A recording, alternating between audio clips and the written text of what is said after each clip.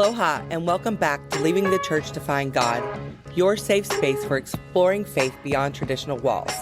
I'm your host, Melissa, and whether you grew up in the evangelical church like I did, or any other system while seeking answers, you're in the right place.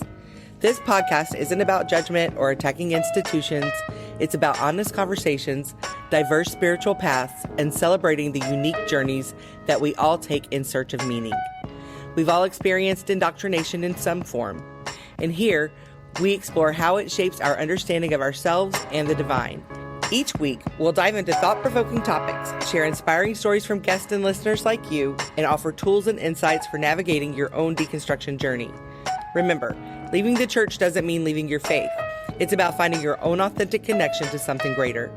So buckle up, embrace the open dialogue, and join me as we explore what it means to move beyond confines and discover the deeper personal connection to the divine that exists within us all. Aloha, everybody. Welcome back to the pod. I'm so happy to have you here with me. If you've been on this journey with me for a while, then you know one of the major themes here is questioning traditional church doctrines while seeking an authentic connection with ourselves, the divine within ourselves, and in each other. Today, I want to dive into something that's very close to the heart of myself, as well as other spiritual leaders, Jesus included, and that is empathy. In light of recent discussions where certain church leaders have discouraged empathy, even calling it a sin, I find it both ironic and distressing. After all, empathy is one of the cornerstones of true spiritual living. Jesus, Buddha, so many of our spiritual masters, our ascended masters, have taught us to love your neighbors as yourself. And you can't do that without empathy. So let's talk about what empathy is, why it matters, and how it connects us to the God or source that is within and around us. So some branches of the church, or at least some voices within them, are now framing empathy as misguided or even harmful, which is more backing a political agenda than it is actually teaching or helping anyone. We've heard claims that empathy can lead people astray, that it causes emotional burnout, or that it'll blur moral boundaries. And this message to me sounds completely contrary to the example that Jesus set, and again, our other ascended masters. Jesus not only preached love, he showed it through his actions, like healing the sick, welcoming the marginalized, and sharing genuine compassion for those in need. In fact, in the parables, like stories, he was surrounded by the marginalized. That's who he spent his time with, and not as a means to fix them, but as a means to identify with, to connect with, and to uplift those who need it the most. And it is sharing a genuine compassion for those who are in need. Empathy, it's about understanding each other's feelings, and to truly walk in someone else's shoes. And it's what opens up the heart so that love can flow freely between us, rather than simply just being a concept that we talk about. And I did recently make a YouTube video about being an empath and how it can be our superpower. So I encourage you to go check that out. I've really been focusing a lot on my YouTube channel. The videos there are a bit shorter than these, although I do post the video versions of this podcast on there. But there's some 10 to 20 minute videos with other insight outside of the religion aspect, just about authentic living and finding your way back to yourself. So you can check that out at Diary of an Authentic Life. If you haven't yet, just please go ahead and subscribe, sign up for the notifications, all the good things, and then you won't miss anything that's happening around here. I know that I have not been as weekly on this podcast, and don't worry, I haven't gone anywhere. I've just really been focusing on what's feeling the most inspired, and that's where my attention has been going. I've been creating a lot of different mindfulness practices and meditations. With each video, I try to follow it with a meditation, usually 5 to 10 minutes, something easy to help you drop in and integrate what we've been talking about. But back to empathy. If a faith tradition is discouraging empathy, then we risk losing that profound sense of connection that underpins spiritual growth. Like we might end up following rules rather than fostering understanding and genuine care for our fellow human beings.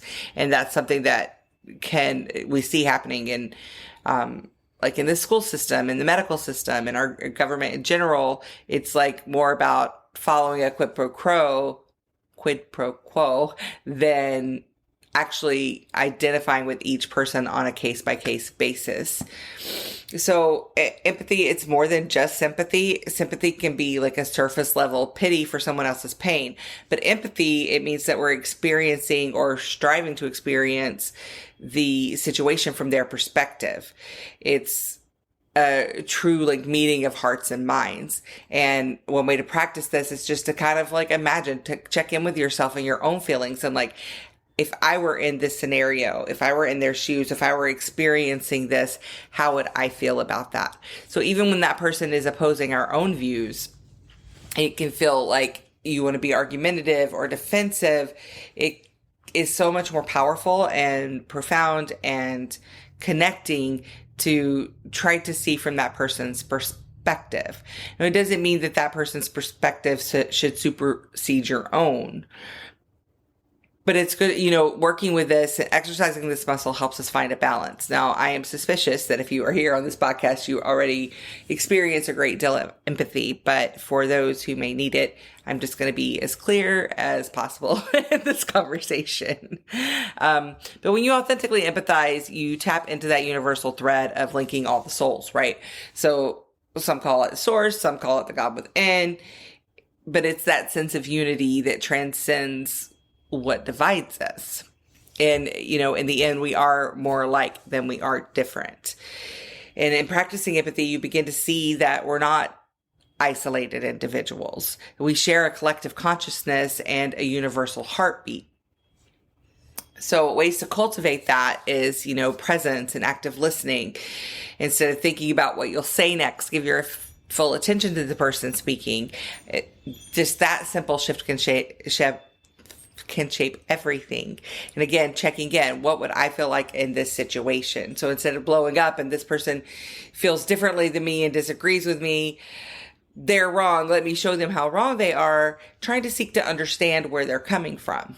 And this, could really be coming up a lot, especially in our political climate and in these conversations about deconstructing and religion, to really just try to understand, I could easily demonize those in the church and the leaders that taught me these destructive beliefs. But it's much more healthy and healing to understand where they're coming from. And remember that I was once coming from that place too, that I genuinely believed that I was saving their soul, that this is what God wanted. And a lot of these leaders who are teaching these things, they're indoctrinated as well. And I'm not making excuses by any means. That's not what it's about. But it's understanding that just because someone, maybe their actions are harmful, it doesn't mean that that's their intention. And yes, of course, the road to hell is paved with good intentions, right? But just seeking to understand where a person may be coming from. We can get into like our parents and the traumas that they've caused, especially if we grew up in this evangelical system, but also understanding like their trauma and where they were coming from, and knowing that it doesn't mean that they're bad or horrible or whatever. It just means that they were coming from this wounded place, and that has affected us negatively. So that helps us to like build our bond with each other, our connection with each other, and just understanding where people are coming from. It's not always so black and white. Like we all have the two wolves, right? The wolf of greed and jealousy and lack and control. And we have the wolf of love and connection and empathy and encouragement, all of these good traits. We all have two wolves, and we get to choose which one we're going to feed. But understanding that like, just because someone does an action that doesn't feel empathetic or, doesn't feel like what we would do, or someone has a belief that we don't agree with, it doesn't mean that they're bad or terrible. It just, means that they're coming from a different place from within. So I think, again, in conversations, instead of proving to someone how wrong they are, like asking how they feel about it, asking where they're coming from, instead of offering like judgments on that, like let them be heard. And you don't have to agree with them, but we're going to find more peace in seeking to understand rather than seeking to prove wrong. And we all share like joys and fears and pain and hope, and remembering that keeps us from dehumanizing one another. Like, someone may have views that feel or seem ridiculous to me. It seems ridiculous that there are actual church leaders preaching that empathy is a sin. Like, that's absolutely insane. And that definitely comes from a place of control and trying to control the narrative and the politics or whatever. I can also see that, these people have been raised with this belief that they are superior and that they are in a place to control, and that is their objective. That's what they're here for, or whatever it is that put them in that place. That doesn't forgive it. It doesn't justify it. It just helps us to remember that they are also human, and hurt people. That doesn't mean that we accept the abuse, but just understanding and remembering that we are all human and we are all living our own human experience, and that we all have our reasons for why we see and feel the way that we do.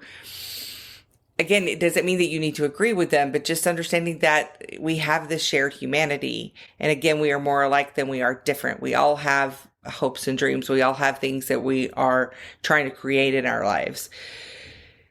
Even these people who seem like they don't possess the ability to, they have people that they love. They have things that they feel obligated to. They have expectations that they feel from society and from others. I feel like just keeping in mind that understanding that just because we don't know where someone's coming from or we don't feel the same way, it doesn't make them less of a human being. And reaching in and empathizing and reaching in and connecting with that divine within someone is going to help amplify that light. And scolding and turning away and, dismissing without seeking to understand is only going to dim that light. So it's important in these times, in all times, but especially right now, to not let these differences divide us from our own humanity. It's easy to forget that each individual's well-being contributes to the well-being of the whole. When you help someone heal, understand, or grow, it creates a ripple effect in the circle of influence. Their uplifted energy touches family, friends, colleagues, policies, strangers. So again, like uplifting each other, recognizing the God in each other is going to amplify that light. So in the same way, it's like when we ignore suffering or turn a blind eye, that negativity can spread, as we are seeing right now. As you can help one person feel seen and supported, that person is more likely to pass empathy along. In many spiritual traditions, there's a recognition that we are all one body, of a part of a unified field of consciousness. And by practicing that empathy, you strengthen that oneness and reaffirm the idea that none of us journey alone. And one argument against empathy right now is the fear of taking on others' burdens. And it's true that empathy can be intense. Again, I talk about this in the YouTube video that I posted recently. But healthy empathy involves understanding one another's feelings without losing your sense of self. And setting loving boundaries helps maintain that balance. And remember, boundaries are not to keep another person out. Boundaries are for us. It's saying, this is what I am and am not going to accept. It doesn't mean controlling what the other person is putting out. It's controlling what you're willing to accept and what you're going to walk away from. And another concern is, when religious figures say, like, don't empathize too much, it'll lead you astray, and all of this hate against DEI and all this craziness that's happening right now. And it can be a way of keeping people aligned with certain doctrines rather than letting them forge genuine human connections, which is intentional, right? It's intentional in the systems that are in place. And remember that real faith stands strong even when we open our hearts to others. If anything, it strengthens us. And for me, I see it is, again, in the teachings of the Ascended Masters, but like, it's a holy practice. Like, empathy is sacred. Again, it's touching that part. You know, we all have this divine essence, and by trying on the experience of another person, it's connecting your divine essence to their divine essence and going beyond the human condition and connecting that soul, connecting our souls to each other. And that is, you know, sacred. It's not a weakness. It's a gift. And it's a direct line to experiencing that God within each of us. You might notice that empathy is hardest to extend when you strongly disagree with someone, but especially in those moments, empathy can be the bridge that transforms conflict into understanding. And it doesn't mean you agree with them. It doesn't mean you have to agree with them again, but it does mean recognizing their shared humanity. And, a warm smile, a genuine, how are you really doing? These simple gestures can shift someone's entire day. Compassion, it doesn't have to be grand and profound. It's just going beyond the surface and connecting with the soul of someone. And again, think about times in your own experience, in your own life, when you're like in the grind and head down and doing your thing. And then the cashier at the store is like, takes a moment to really connect with you, and not just how you do it today, but like really connect with you. And you can feel the difference between someone saying the words and someone genuinely trying to see you. And I've noticed the same thing. Like, sometimes I am kind of just like head down, getting through it. Get me out of here. I've been waiting in line. I want to go, but then there's the times when I'm at the cash register or wherever I'm at school, or in whichever situations that I'm in, when I take a moment to pause, to connect with my own divine essence, and then express that to another person and genuinely care about them, use their name, ask them like genuinely, how are you? How's your day going? What's your favorite thing that's happened today? Or you can see someone's troubled and connecting with that and letting them know that you see them and that you're there for them. It really, like, not only does it make them feel better, but it makes you feel better. Like, for me, when I really connect with someone, especially like, again, out, someone who is in a service position, and I just take a moment to get to know them as a person, it uplifts them, which is going to affect every person that they interact with throughout that day and maybe beyond. But it also uplifts me, and it makes me feel like really happy and fun, and it makes me love myself more. If you haven't had that experience, I highly recommend that you try it and see what I'm talking about. It's not just a soft skill, it's a spiritual practice, and it brings us closer to each other and to our higher power, be it God, source, or the divine presence, however you experience that, but that part that truly connects us all, the source that we are from. Or from which we form a part, right? Sorry, I can't talk today, y'all. It's crazy. If y'all hear crazy things happening, we got this big old storm. Wind is blowing stuff everywhere. Things are happening around here. So forgive me. But, there's ways that you can check in with yourself. Ask yourself each morning, like, where can I show empathy today? And each evening, like, how did I practice empathy today? Notice how it will impact your relationships and your own sense of peace. Again, like, amplifying the light amplifies the light. And we can use all the light we can get right now these days, all the time, but especially right now.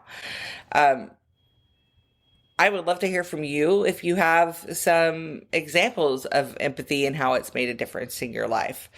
But, and as you grow in this empathy, like, remember to keep your healthy boundaries. Remember, you can love and care without absorbing everyone's pain, which is a really important part of it. Like, empathy is really great when you can check in and be like, how does it feel from their experience, but also know that we're not responsible for those feelings, to see them, to understand them, but to not feel the need to fix or change them. we're not responsible for that. That's that person's work. But by seeing and understanding them, it opens up, it allows the softness for them to be able to go there to approach it themselves. You don't have to be, LGBTQ to understand that a person would want to be able to express themselves in their lives, in their sex lives, in their homes, in their families, in the way that feels right for them. You don't have to have that experience or know that experience to be able to understand people's right to have that experience. Like, okay, I'm not a Black person, but I could put myself in the shoes of what would it feel like to be marginalized everywhere I go. What would it feel like? I mean, I'm a woman, so I do have the experience of having my feelings, my ideas dismissed, having other people take credit for my ideas, being paid less, being treated as less than. And I can amplify that. Like if I were a Black woman, like those feelings already, but then amplified, and the feeling of hopelessness and lack of ownership of one's body, of one's life, like those are very real. Not for everyone, but it is very real for a lot of people. Like just being able to try that on and seeing it. Like you don't have to be trans to understand that someone has the right to dress, to feel, to speak, to behave in whichever way, or to express themselves in whichever way that feels aligned for them. That's like me saying that, okay, you're straight, and how could you be? Like, obviously, there's a spectrum. Obviously, like, there's a spectrum of sexuality, of gender identity. Like, it's never binary. I mean, don't you know that? I mean, I can't believe that you're like, you think that you only like one or the other. Like, that's ridiculous. I mean, that's like how it sounds, Like, God doesn't agree with that. Like that's a sin for you to be straight. Like, oh my God. Like how shallow, how closed-minded to only want a man or only want a woman. It's that understanding, like how ridiculous does that feel to hear that? That's how it feels for them, to know that you are something, to know that you are feeling in a way, and then having someone dismiss that and invalidate that. Like, what is that solving? What is that? Like, why do we care, for one, what other people do with their genitals? I don't know. Like, it's like this obsession. But just think about that. Like, that's how to feel the empathy of it. If you really try to say, like, if I were in their position, what would that feel like? What would that look like? And apply that to how you're interacting with other people that you don't understand or that you don't agree with. We're going to need it, guys. We need it. Right now, who knows what's happening next? Who knows what's coming? Who knows what we're rolling into? And the more we can feel for each other, the better. Like, I am fortunate to have had a home, until I was at the age of being an adult. There are lots of unfortunate things about that, my home situation, but there are also people who were kicked out of the house, before they were in double digits, like that were so young and had no place to be and go. So just because that wasn't my experience doesn't mean that I can't like try to see from their perspective, like how difficult that must be, like what kind of baggage that must come with, and what they would have to fight through to live a better life than the hand that they were dealt. That goes with any kind of marginalized group, any kind of situation. We can identify with that person even if we haven't had that experience. And being able to understand and identify with other experiences outside of our own is just, it's necessary. It's what we need to be able to unite instead of being divided. And there are forces working against our freedom, working against our freedom of expression, our freedom of being, our ability to survive and to thrive in the world, to be fully self-expressed. Like, there's so many forces that are working against that. And the more we unite, the more that we see our commonalities and not our differences, the more that we understand each other's differences, the more powerful that we are. We are more powerful in numbers. That's all there is to it. And the cool thing about like Okay, say I connect my heart to another person's heart. It doesn't just double, it amplifies exponentially. So when we're connecting to each other, there is a ripple effect that multiplies, it compounds. So 1 plus 1 doesn't necessarily equal 2. Okay, so say 1 plus 1 equals 4, and then 4 plus 4 equals 16. This is a weird example, but that's the best way I can say to explain it. Like, we're not dealing with basic like human math here. The more light there is, the more light there is, and it just grows and expands. So every little act of kindness, every little act of understanding, trying to see where other people are coming from. Again, even if it's different from how you feel, these are the things that we need to get through everything that's happening right now, to get through it together, to understand, other people's customs and cultures and ways of being. They don't have to be the same as ours in order to be valid. And try on each other's experience and connect with how that feels. So I hope this went somewhere today. I really didn't know where to talk about. I do have some guests coming up on the pod, but I just didn't even know where to begin today. So I sat in meditation for some minutes, and empathy is what came through. So I followed through with it. I hope that you got something from it. Thank you for being here. I love you all. If you haven't checked out my YouTube channel, do it. If you're not following me on social, it's at Authentically Melly. Have a wonderful day. Stay authentic. Thank you for joining me on this journey. If you enjoyed this episode, the best way to show your support is to subscribe wherever you listen to podcasts. Also, share your thoughts by leaving a 5-star review. It really helps more people to find this space. Want to go deeper? Head over to my website at leavingthechurchtofindgod.com. There, you can make a donation and make sure that we continue to have these conversations. No matter where you are on your spiritual journey, if you or someone you know would like to join the podcast and tell your story, please reach out to me on Instagram at authenticallymelly. Remember, you're not alone on this journey. Keep exploring, keep asking questions, and keep finding your own unique connection to something greater. Until next time, stay authentic, stay open, and aloha.